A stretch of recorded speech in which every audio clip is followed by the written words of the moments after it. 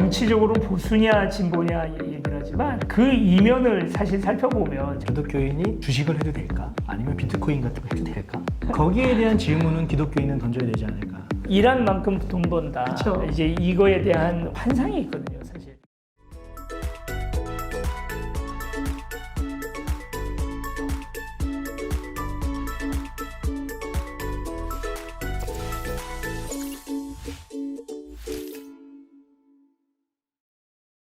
안녕하세요. 안녕하세요. 나라를 걷는 교회를 섬기고 있는 김재현 목사입니다. 정영주 목사입니다.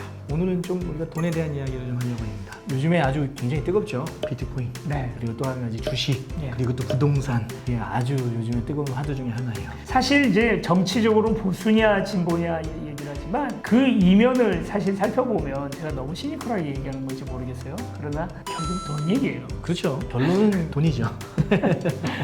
목사님 그러면 그건 어떻게 생각하세요? 기독교인이 주식을 해도 될까? 아니면 비트코인 같은 거 해도 될까? 비트코인을 이해하려면 사실은 그 비트코인이 한탕주의 어떤 하나의 그냥 투자라고만 이야기하기 어려운 부분들이 있어요. 이건 자본주의 전체를 이해를 해야 비트코인이 뭐라고 얘기를 할 부분이 있습니다. 비트코인을 공격하는 이거는 반성경적이다 뭐 얘기할 수도 있고 막 얘기할 수 있는데 그런 게 결국은 자본주의에 대한 공격하고 똑같이 맞물리거든요. 그런 의미에서 이제는 뭐 이게 필요하냐 마냐를 얘기하는 단계는 넘어가지 않았다는 생각이 들어요. 저는 기독교인에게 중요한 것은 비트코인을 투자를 하냐 아니면 주식에 투자를 하냐 부동산에 투자를 하냐 이게 중요한 게 아니라 돈을 왜 벌고 싶은가. 차라리 그 얘기가 네. 맞아요. 거기에 대한 질문은 기독교인은 던져야 되지 않을까. 최근에만 부동산 화두가 되고 뭐 비트코인 주식 화두가 되는 이유는 그냥 돈 자체가 목적이 돼버리는 거예요. 근데 거기에 기독교인들도 다 휩쓸려서 나도 돈을 벌고 싶어서 돈을 벌기 위한 그 목적 하나로 목사님 돈 벌고 싶지 않으세요? 돈 벌고 싶어요. 좀 넉넉하게 좀 살고 싶습니다.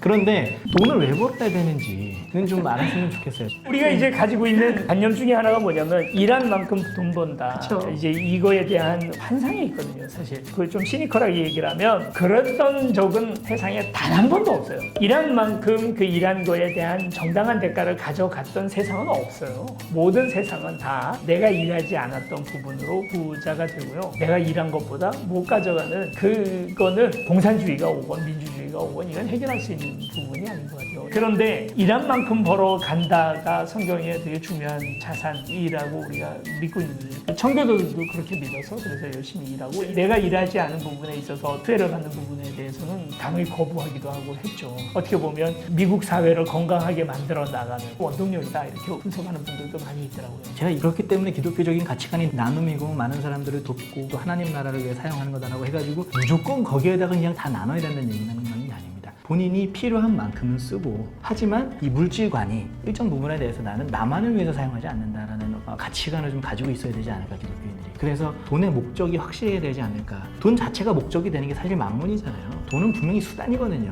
목적이 아니에요. 수단이에요. 근데 이게 목적이 되면서 문제가 되기 시작하는 거예요. 우리 기독교인들 안에서만이라도 돈은 철저히 수단이다라는 인식을 좀 갖고 그리고 이것이 좀 더 건강하게 쓰여지기를 좀 기대해 봐야 되지 않을까.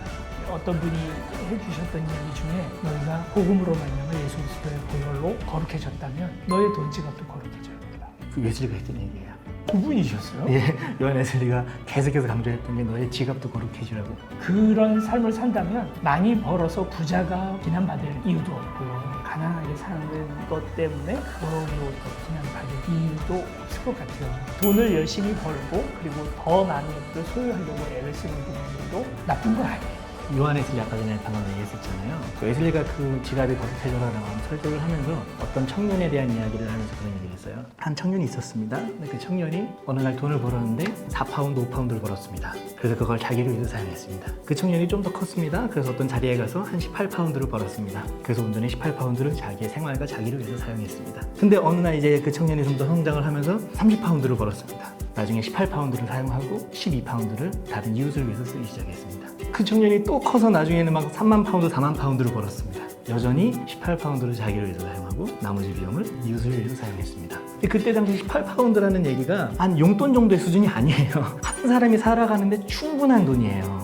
부족한 돈이 아니라는 얘기입니다. 충분히 먹고 쓰고 사고 할 수 있는 돈. 하지만 그 돈 이외에 나는 크게 필요하지 않습니다. 나는 하나님 나라를 위해서 내가 돈을 어떻게 사용해야 되는가 하는 거를 이 사람들한테 보여주면서 이제 여러분들의 지갑이 거룩해져야 된다라고 설교를 했었거든요. 그래서 저는 우리 현식 사장님한테 이런 얘기를 하고 싶어요. 돈 많이 버세요. 하나님 나라를 위하여 쓰임 받을 수 있으면 참 좋겠어요. 우리가 파이프라고 생각해요. 청직이라고 생각하잖아요. 저는 그거 되게 좋은 말이라고 생각해요. 우리가 이거의 주권을 주장하는 것이 아니라 내가 벌고 내가 고생하고 내가 투자해서 번 돈이니까 내 거다라고 생각하는 게 아니라 나한테 맡겨진 주인의 것이다라고 생각하는 거죠. 그건 사실 물질의 뿐만이 아니라 내 인생, 내 시간이라는 개념도 마찬가지예요. 내 인생 아니다. 이거 하나님 거다. 근데 그렇게 되면요. 제가 늘 하는 주장이지만 주권을 하나님께로 옮기고 나면 되게 속편해요.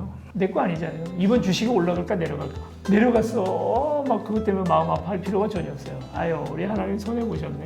그러면 기도도 더 뻔뻔해지는 거죠. 좀 떳떳해지는 거죠. 하나님 손해보지 말고 저한테 건강 주세요. 제가 사역할 수 있도록 해주세요. 이 교회 우리 거 아니잖아요. 당신이 부흥케 해주세요. 하나님 이 지갑 당신 거잖아요. 당신이 두둑하게 해주세요. 그래야 당신이 해서 쓰죠. 이렇게 될 수 있거든요. 이걸 자꾸 내 거다라고 손에 옮겨지니까 그러니까 힘든 거예요, 사실은. 전에도 한번 어떤 영상에서 얘기했던 것처럼 공산주의보다 하나님께서 더 싫어할 게 자본주의다. 자본주의예요. 자본주의 세상 안에서 살잖아요. 창세기는 불의한 세계 속에서 의인이 어떻게 살아남느냐를 우리에게 잘 보여줘요. 그런 것처럼 우리는 자본주의라고 하는 불의한 세상 속에서 우리가 어떻게 물질 윤리를 지키면서 살아야 할지를 계속해서 묻고 기도하면서 겸비하며 가야 돼요. 여러분은 여기까지 하겠습니다. 네. 안녕. 부자 되세요.